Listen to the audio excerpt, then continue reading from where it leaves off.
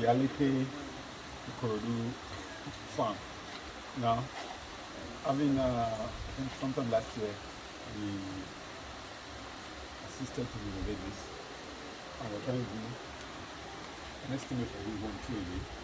But I see that's a replica, it's important to assist to help bring down cost, because definitely the cost will be the same again. But then we want it to be almost the same, if not less.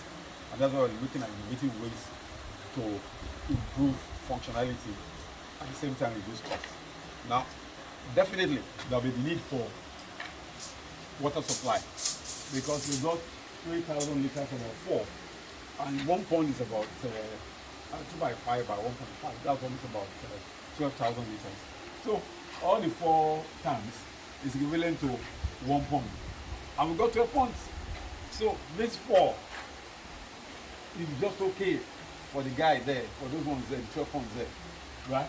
Now the number 5, we know is the alkalizer, because water here is acidic, so that brings the water back to the appropriate pH. Now, so let's look at, we're trying to make the idea is that we suggest the reconstruction of this, a replica on this side. Now, but then it's not going to be exactly like this. We'll see some mistakes. One, there's no need for this extreme height. The pond is just about 1.5, 1.6 meters. So if the the scaffolding is about 1.8, it's okay to throw water down. That's number 1. So we reduce the height by the third. Then 2, we don't need to have this width. I say we can reduce it by about 2 feet. So nobody's playing games upstairs, right? That's cost saving stuff again. Then number 3, this platform is not necessary.